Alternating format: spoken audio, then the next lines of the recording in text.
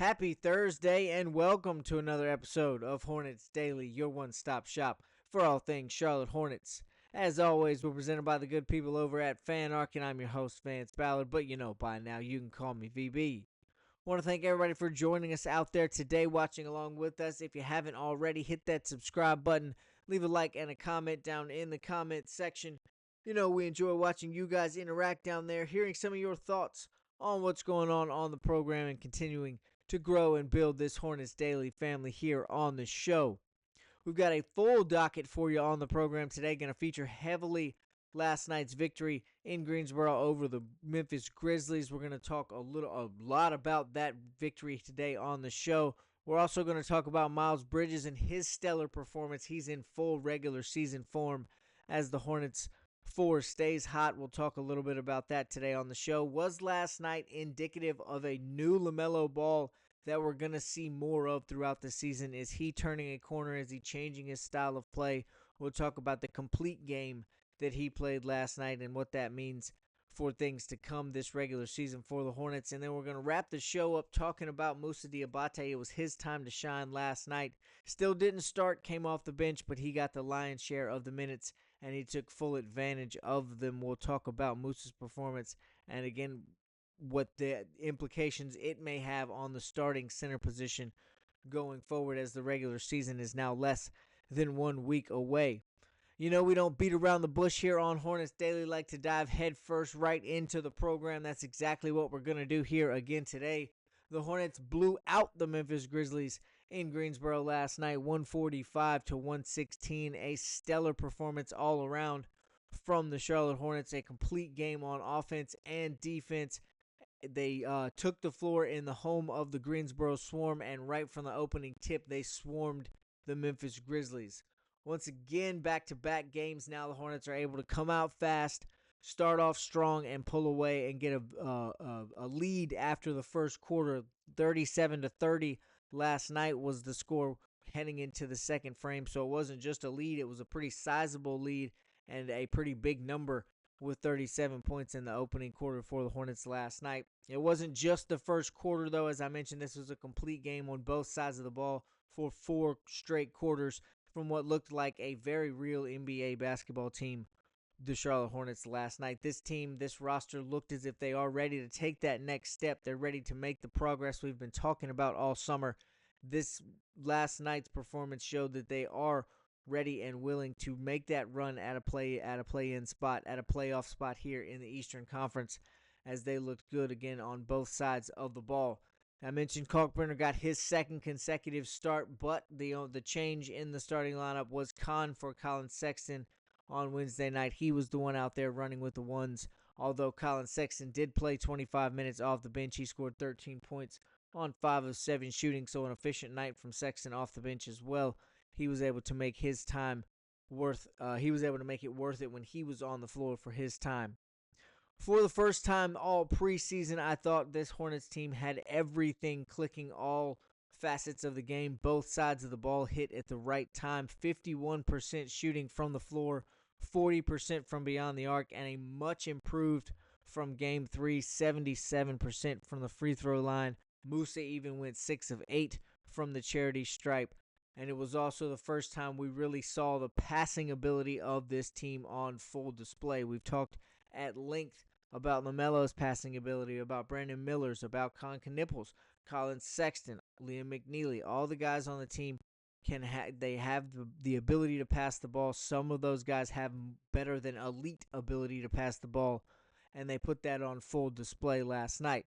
The Hornets were also able to answer a lot of questions about their inside presence. Are they going to be able to hold up throughout the regular season with the limited center position that they have, with the limited fours that they have? There's not very deep at those two positions, as we know, but they showed last night that they may end up being just fine on the inside, out-rebounding Memphis by 23 on a night where Jaren Jackson Jr. did not rest. He played 22 minutes, so he was in the game. He was on the floor, and the Hornets were still able to get in there and dominate the paint, dominate the glass by again out-rebounding the Grizzlies by a total of 23. It wasn't just rebounding, though. All of this And all of this next stat is not, of course, big man focus, but it does speak to the inside presence of the Hornets or the ability for them to at least play inside the paint. Charlotte outscored Memphis by a total of 30 when it came to points in the paint. 58-28 was the exact total there. So again, just another, again, that's not all on the big men. That's not all centers. That's not all power forwards.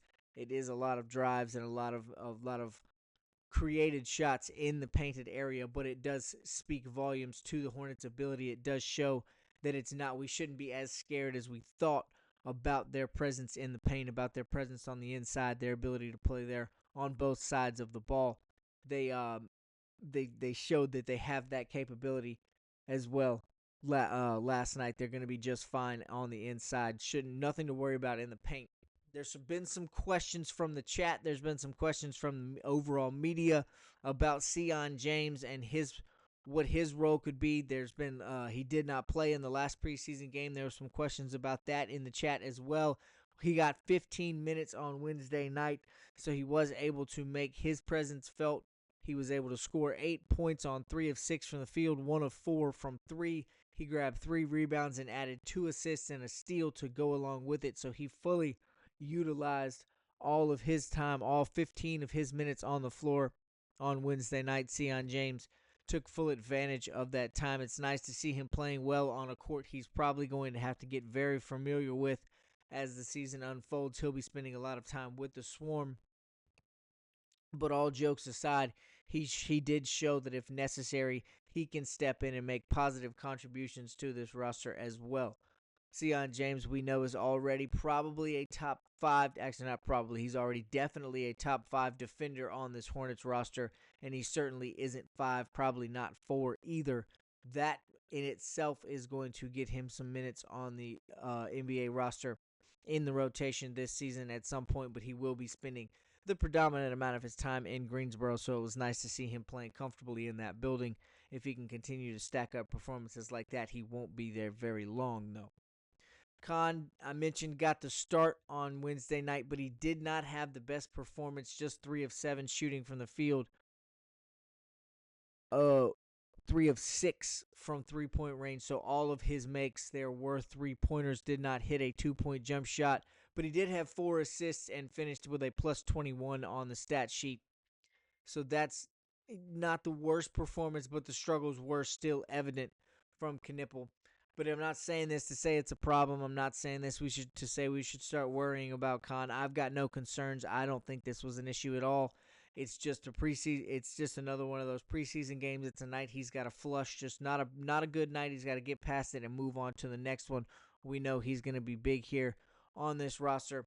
His preseason performances, no matter what they've looked like, they haven't been terrible. They haven't been great. He hasn't really taken anyone's breath away, but we know what he's going to mean to this roster going forward. We don't necessarily know if it's going to be a starting role yet, but we know he's going to play a major role on this Hornets team going forward. So nights like Wednesday are just something he's got to get past, move on from, shake it off, get ready for Friday night to get back out there on the court and put together a better performance.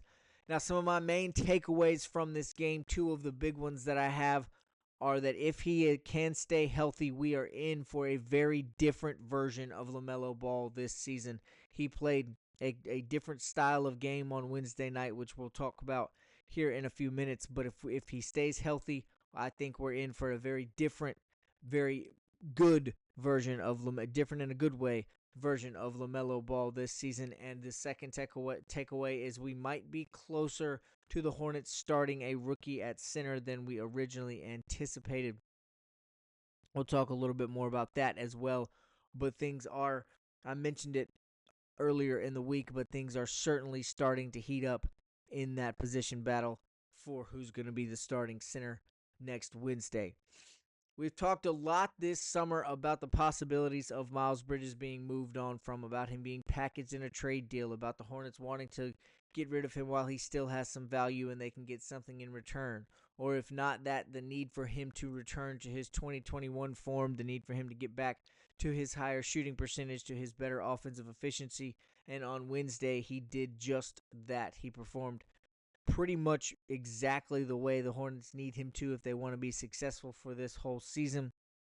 he came out and continued to light it up here in what should be his final preseason action before next Wednesday's opening night. 29 points on 11 of 16 from the field, 5 of 7 from beyond the arc for Bridges, 10 rebounds and 5 assists in 30 minutes played. So just a fantastic performance all around from Bridges. He too put a passing ability on display that I know everybody else on the team can pass the ball. I wasn't really certain that Miles Bridges had it in him to do it to this level of success, but he was able to do it. And this is the Miles Bridges that the Hornets are going to need to solidify their core, the three that we've talked about all offseason: Brandon Miller, LaMelo Ball, and Miles Bridges. Of course, we're going to need to continue to see performances like this to solidify that core and continue to move in the direction that they want to towards being a playoff team here in the Eastern Conference.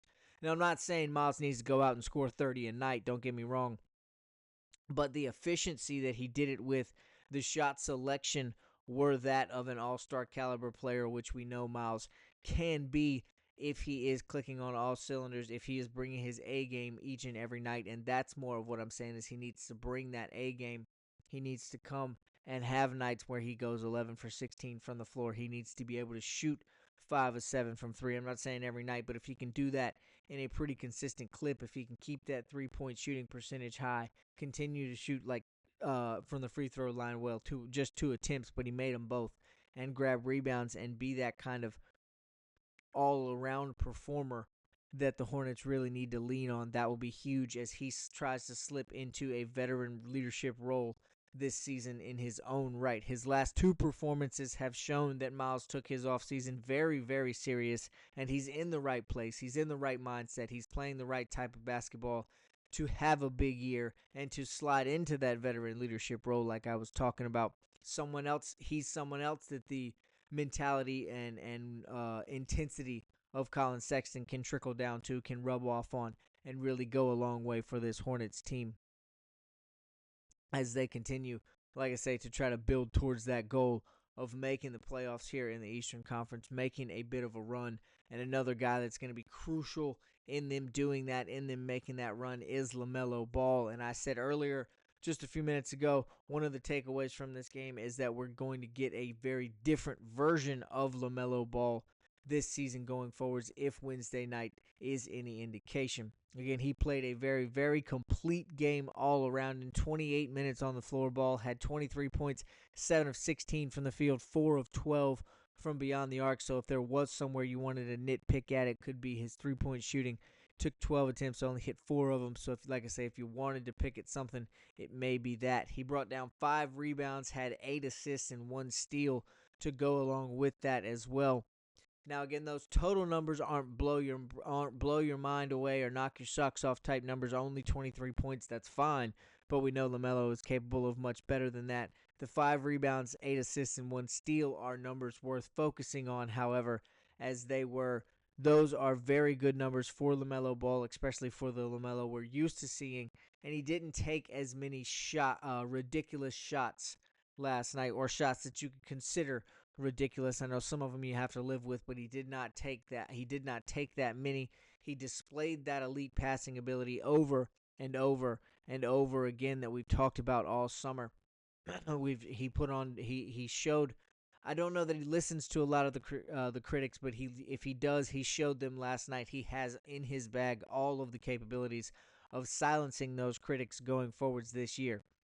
Obviously, we know the biggest knock against LaMelo, recently anyway, has been his lack of desire to compete, his lack of caring about winning. Phrase it however you want to. People have not been questioning the talent of LaMelo Ball recently, but his desire, more his competitiveness, more his ability to care about winning as much as he cares about getting his own stats up. All of those things have been brought up recently from different members of the media, again, the critics of LaMelo Ball. And on Wednesday, he showed a full ability to silence those critics, like I say, and be a true point guard, be a true leader on this team, pass the ball, use his vision, play on the defensive end of the floor, and then score efficiently when he is asked to. Again, he played a complete game And I mentioned defensively there, his increased effort on that side of the floor. That's something we've talked about coming from Charles Lee's mouth this summer, coming from guys like Colin Sexton, coming from guys in and around the building saying they've been around and seen LaMelo working on his defensive game, working on his intensity on that end of the floor, and that was visibly on full display last night. It was visibly evident that he is working to be more intense, to try and give more effort on that side of the ball. That has been a big knock against him. I'm not someone who is in the camp of he doesn't care about winning or he's not a competitor or anything like that, but I'm not naive, and I know there's been more than one instance in which he has not given effort, for the lack of a better word, on the defensive end. So it's nice to see him working on that, putting that in, and proving to everyone that it's not just all talk and coach speak about him working on defense. It is something he's actually doing. It is something he's actually trying to implement into his game, and that's nice to see. Wednesday night could be the first signs that LaMelo Ball has bought into Charles Lee and Jeff Peterson's mindset of being hyper-competitive, of being over-intense, of playing hard defense, of turning this Hornets organization around and building winners and bringing a winning culture to the roster here in Charlotte. If he has bought into that, which I think he has, if he has, that's going to be huge for the organization, as now they will have their superstar and their head coach and their GM on the same page, and they'll all be going and moving in the same direction. That's going to bode well for this young team and this young core going forwards. Now, switching gears a little bit, we talked earlier in the week about Ryan Kalkbrenner getting his lion's share of the minutes, getting his 25 minutes in his starting performance, his breakout performance against the Mavericks just a few days ago. But on Wednesday, it was Musa's turn. I mentioned earlier he didn't get the start. Kalkbrenner ran out there with the ones again. That's something to keep an eye on. We'll talk about that a little bit on tomorrow's show. But again, Kalkbrenner did run out with the ones, but Musa took full advantage of the lion's share of the minutes, getting 25 of those. Moose had 18 points, going 6 of 7 from the floor, 13 rebounds, and a block to go along with it. Most impressively, in my mind, going 6 of 8 from the free throw line. Diabate was able to show all of his best traits on the floor on Wednesday night, utilizing his athletic ability, showing his length on the defensive end, and then doing what he does best when crashing the glass, this time to the tune of 9 offensive rebounds. Again, 13 total, 9 of them coming on the offensive side of the ball. That's going to be huge for the Hornets going forwards if you're able to get a second opportunity 9 times from just one guy on your team. That's going to bode well towards continuing to increase the offensive, efficiency, but continuing to increase the offensive numbers and the scoring chances for the Hornets. His high motor was also on full display. It was running at full speed on Wednesday night the entire time he was on the floor. Again, he's one of those guys who has the energy, has the intensity of a Colin Sexton, but isn't as proven, isn't as veteran, isn't as vocal of a leader as Colin Sexton, but they can kind of match each other's intensity when on the floor, and they can rub off on the rest of the guys around them as well. So that's another benefit of Musa and his style of play and the effort that he gives. And now another benefit of Colin Sexton being around. He can kind of coax that leadership, kind of coax that vocal ability out of Musa Diabate, and they can both play through and bounce off of each other. Musa even showed some of that offensive progress I've been clamoring for all summer. Some of that offensive progress I've kind of been telling you guys I think he's going to make all summer. Missing just one shot on Wednesday night and converting on 6 free throws shows that the work he's been putting in this offseason, staying around this summer, working in the gym, and choosing not to go back to Team France when asked to fill in for an injury has really paid off. It's kept him in the building with the Hornets. The chemistry he has with his teammates was on full display. The communication on the defensive and offensive ends of the floor are starting to pick up. I know we talked about that struggle a little bit in the first game of the preseason, but it has gotten much better. You can see that it wasn't really an issue at all last night as the Hornets were able to play well on defense when he was on the floor as well. So all of the work he's put in this offseason is finally starting to pay off. It's becoming visually evident, and we're finally seeing some of the offensive progress from Musa as well, which is huge going into next Wednesday's season opener. If he can get his offense fully figured out, and this can be the offensive player that Musa is, this isn't just a flash in the pan. This becomes a consistent thing, not necessarily 6 of 7 shooting every night, but somewhere along the lines of double-digit points, 12 to 15, as well as double-digit rebounds, which we know won't be a problem for him to get. If Musa can become almost a walking double-double, that's going to benefit this team enormously. If his offensive effort can match his defensive abilities, then that's going to go a long way for the Hornets. Now, whether he starts at the 5 or comes off the bench, that's still to be determined. It does appear, though, that Charles Lee is starting to lean a little bit towards his rookie. We'll find out some more about that. We'll talk more about it on Friday's show. But Charlotte is going to be in a very good place, a much better place than a lot of people thought when it comes to the big man position. If they can run a guy like Musa Diabate off the bench for 25 minutes at either the 4 or the 5, and he can come in and get you 18 points, 13 rebounds, 9 of them on the offensive side. If he can come in and play that style of play off the bench or from the starting spot, it's not going to matter. It's going to bode very well for the Hornets if he can continuously replicate Wednesday's performance. Now, the Hornets have their final preseason game. Charlotte takes the floor one more time before tipping things off officially in the Spectrum Center next Wednesday. That game will take place Friday, October the 17th. So tomorrow, as a matter of fact, the Hornets will travel to play the Knicks in what will be the conclusion of their preseason, but what should be a starterless game.